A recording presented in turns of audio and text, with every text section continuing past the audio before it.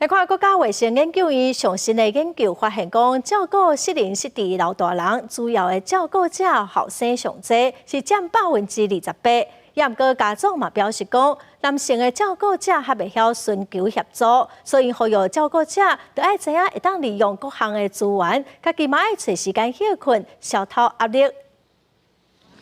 高龄社会加上少子化，和家庭成员是愈来愈少，是大人换上来照顾变做一项难题。国卫院针对使用长照2.0服务的使用者来研究，发现讲照顾适龄失智是大人的主要照顾者，是以后生上济占28%，母翁和查囝是各占25%，新妇占9%。尤其若是搁爱照顾3岁以下的细汉囡仔，若是搁有工课，压力就搁较大。如果这个主要照顾者呢，他还要照顾其他的家人哦，像是3岁以下的小孩，还有呢，他如果需要这个工作的话呢，这个其实呢都是非常容易这个造成负荷的增加。在性别平权意识愈来愈悬之下，传统讲新妇爱伫厝照顾大家官的概念已经互拍破。不过家庭照顾者协会观察到，查甫照顾者和查某比起来，较袂对外来找帮助。男性照顾者他比较不容易去对外求助，或者是说把他的情绪去做一些宣泄，像说其实就是一种情绪宣泄的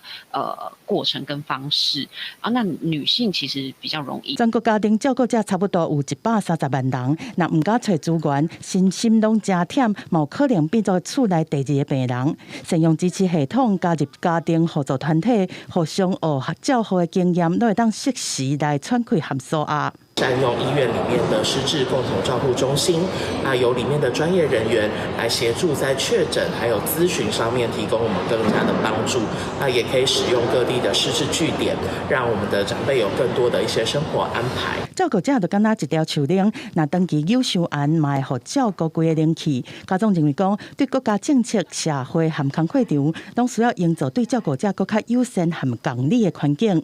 记者综合报道。